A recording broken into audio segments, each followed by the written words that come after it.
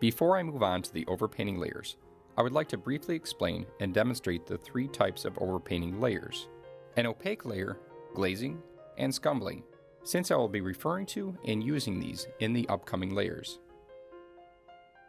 An opaque layer is meant for complete coverage of an underpainting. It would fill in both the valleys as well as the ridges of the linen texture.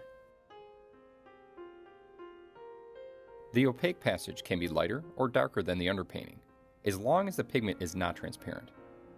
It is painted on thick enough to cover the underpainting completely to prevent it from showing through.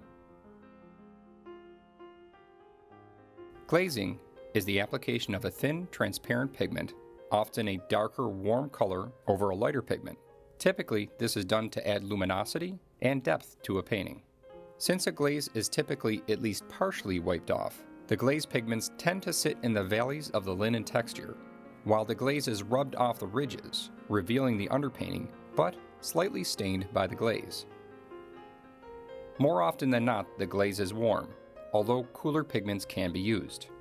The side effect of the glaze application is that it will darken the area it is applied to.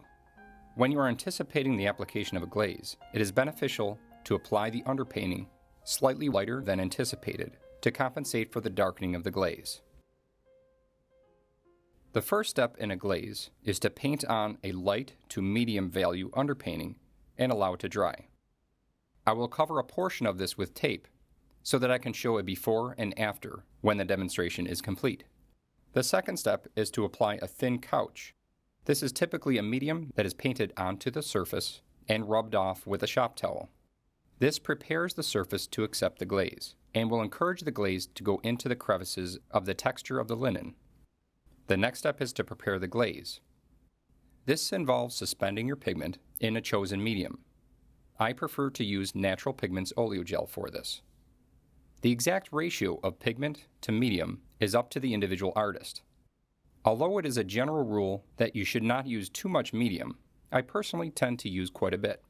In many ways, I'm making a liquid stained glass. The prepared glaze is then applied to the dried underpainting. A shop towel is then used to wipe off the glaze and work it into the texture of the linen. The amount of glaze to remove depends on your individual vision and the effect you're trying to achieve. The tape is now removed to reveal the before and the after of the glaze technique. As a side note, I often use a rubber tip brush to go back in and remove some of the glaze to reveal the underpainting. This is also referred to as sgraffito.